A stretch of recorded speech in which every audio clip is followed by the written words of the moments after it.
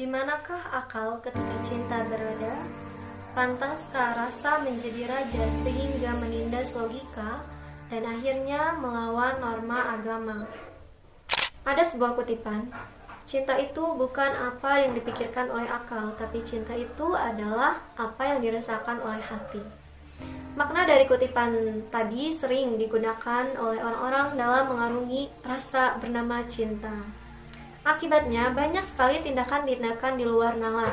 Mereka membantah masukan logis yang datang karena merasa tindakan mereka benar dan dibenarkan. Hasil riset mengatakan bahwa gaya pacaran remaja zaman sekarang itu sudah sangat mengkhawatirkan. Tingkat terburuk akibat budaya tersebut adalah maraknya hubungan seksual di luar pernikahan. Mungkin masalah tersebut akan bercabang ketika pasangannya hamil, mengandung, dan kenyataan mereka di luar hubungan pernikahan seolah menjadi tamparan bagi mereka, dan akhirnya membentuk kesalahan yang kesekian kalinya ketika mereka memutuskan untuk meniadakan makhluk tak bersalah tersebut.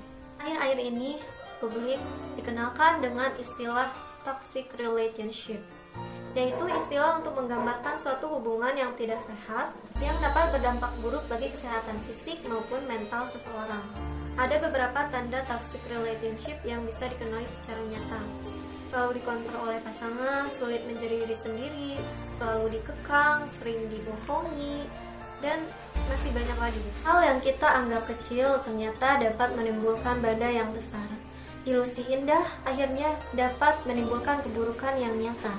Namun sayangnya masih banyak orang-orang yang masih menutup mata, masih menutup diri dengan kenyataan yang ada bahwa hubungan-hubungan tersebut dapat menimbulkan keburukan yang nyata. Mereka masih berharap dengan hubungan seperti ini akhirnya dapat berakhir dengan indah. Sebenarnya perasaan-perasaan seperti itu hanya bertahan berapa lama sih? Ada yang 1 bulan suka sama si doi, terus bulan depannya udah suka lagi sama yang lain. Atau tahun ini suka sama si doi, 2 tahun lagi udah move on, 8 tahun pacaran tapi akhirnya putus juga. Lalu waktu-waktu yang dihabiskan dengan pasangan kita itu akhirnya akan menjadi sia-sia gitu. Coba kalau misalnya kita memilih untuk melakukan kegiatan yang lebih bermanfaat, pasti akan ada feedback baiknya untuk diri kita. Dan dari pacaran atau hubungan seperti itu tuh feedbacknya apa gitu, coba kita ukur lagi gitu antara manfaat dan mudaratnya gitu, lebih banyak mana, lebih berat mana gitu untuk diri kita. Apakah dengan pacaran itu bisa menjamin masa depan kita bagaimana gitu? Kan perihal jodoh sudah ditentukan oleh Yang Maha Kuasa gitu. Selama apapun kita menjalin hubungan dengan si doi gitu, kalau misalnya Allah menyebutkan bukan jodoh kita, ya udah berakhir gitu. Jadi daripada kita menghabiskan waktu dengan sesuatu yang belum pasti, lebih baik kita menghabiskan waktu kita dengan sesuatu yang sudah pasti. Dan lagi persoalan pernikahan itu kan belum pasti ya. Entah mungkin kedepannya kita masih ada waktu untuk menikah, atau mungkin yang datang duluan adalah kematian. Terlebih generasi muda adalah harapan bangsa, karena pemuda adalah agen perubahan masa depan. Bagaimana masa depan dapat terbangun dengan baik jika masa sekarang tidak dipergunakan dengan baik? Miris ya, sesuatu yang dinilai biasa, kecil, indah, ternyata dapat menimbulkan keburukan yang nyata. Selain mendekatkan diri kepada perzinahan, dampak-dampak kecil lain yang harus kita perhatikan ya. Pertama, mengurangnya produktivitas. Kenapa? Karena ketika kita sedang kasmaran ya gitu dengan si doi, kadang kita salah menempatkan prioritas gitu. Bahkan di banyak kasus si doi itu peringkatnya lebih atas prioritasnya dibanding dengan orang tua. Kan kepada orang tua saja prioritasnya masih kalah, apalagi dengan tugas-tugas yang lain gitu. Dampak lainnya juga adalah hidup menjadi lebih boros. Karena apa? Karena itu tadi, seperti sudah wajar gitu ya seorang memberikan hadiah atau mentraktir gitu kepada pasangannya. Tentu saja ini menjadi dampak negatif, karena sudah belum pasti seorang remaja itu memiliki penghasilan sendiri, yang artinya masih mengalir dari orang tua, tapi apa yang diberikan orang tua itu tidak dipergunakan dengan baik itu. Sedangkan orang tua mendapatkannya dengan susah payah, tapi kita dengan cuma-cuma memberikan kepada seseorang yang belum pasti. Kan seperti kasus ini nih, ada yang masih anget. Kasusnya itu adalah seorang anak menjual perabotan rumahnya untuk memberikan hadiah kepada pacarnya, yang pacarnya ini baru dikenal 1 bulan. Kan definisi dari mana logika ketika jatuh cinta ya, ada waktu yang terbuang, ada tenaga yang terbuang, ada uang yang terbuang, capek hati, capek batin juga gitu. Kenapa kita masih mau menjalin hubungan yang seperti itu? Selain dampak-dampak yang tadi disebutkan gitu, secara agama pun kita sebagai seorang muslim, hubungan-hubungan seperti itu sudah jelas dilarang oleh Allah.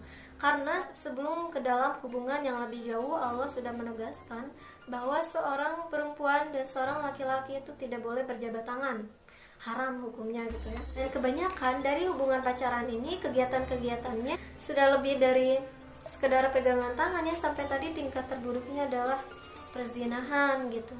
Sedangkan Allah sendiri di dalam Quran surat Al-Isra ayat 32, ayat yang sudah tidak asing bagi kita ya, wala taqrabuz zina innahu kana fahisyatan wa sa'a sabila.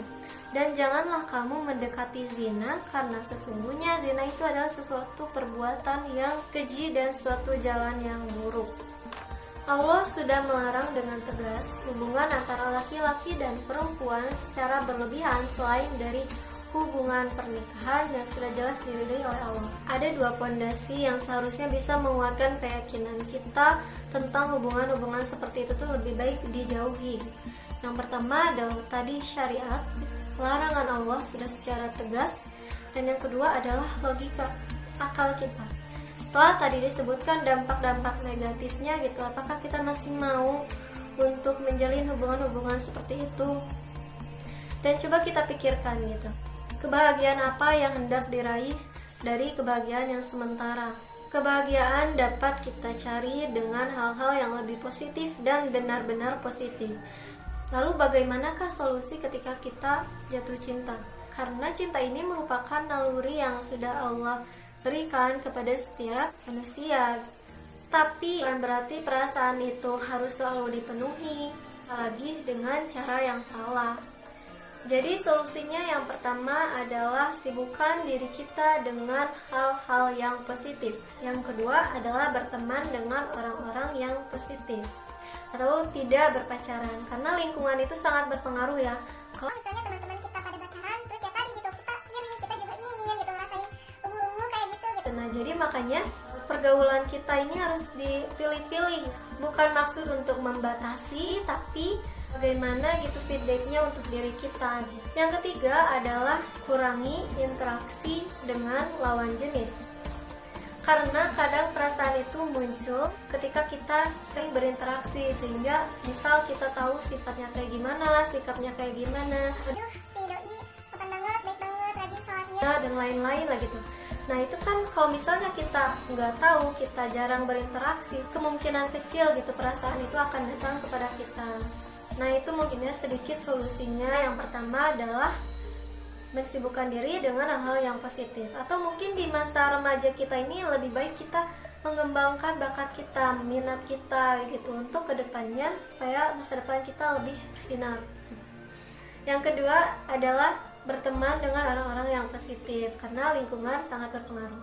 Yang ketiga adalah mengurangi atau meminimalisir interaksi kita dengan lawan jenis. Bukan maksud untuk membatasi gitu, tapi karena sebenarnya kita seorang muslim ada batasan kita terhadap lawan jenis ya. Dan sebenarnya perasaan-perasaan seperti itu akan terus muncul gitu, sejauh apapun kita berusaha, seberat apapun kita berusaha. Perasaan yang seperti itu kadang gak bisa ditawar ya, muncul ya muncul. Nah solusinya gimana? Kita kembalikan lagi gitu ke cara yang paling utama adalah mendekatkan diri kepada Allah. Karena pada hakikatnya Allah yang memiliki perasaan kita, Allah yang membolak-balikan hati kita.